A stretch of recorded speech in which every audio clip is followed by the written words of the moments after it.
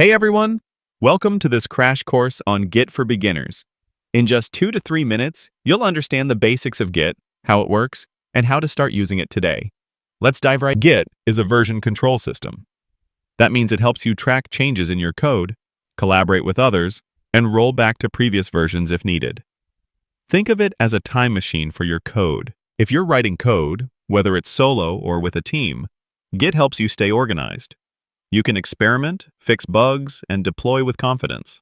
Git is the tool. GitHub is the hosting service. GitHub stores your Git repositories online and lets you collaborate with others easily. Let's break it down. Git tracks changes in snapshots. You make edits, stage them, and commit them. Git remembers each commit as a checkpoint. To start using Git in a project, go into your project folder and run git init. That creates a new Git repository. Next, stage your files using git add and commit them with git commit m initial commit. You've just saved your first snapshot. Now, let's link to GitHub. First, create a repository on GitHub. Then run git remote add origin and type your repo URL and push your code.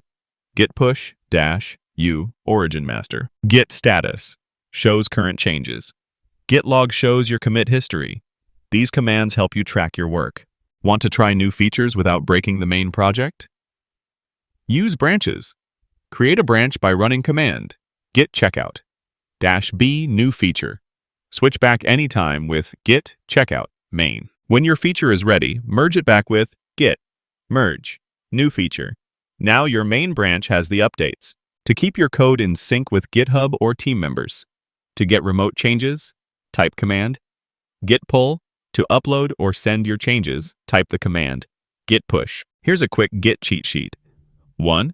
Git init. 2. Git add. 3. Git commit. 4. Git push or pull. 5. Git branch. 6. Git merge.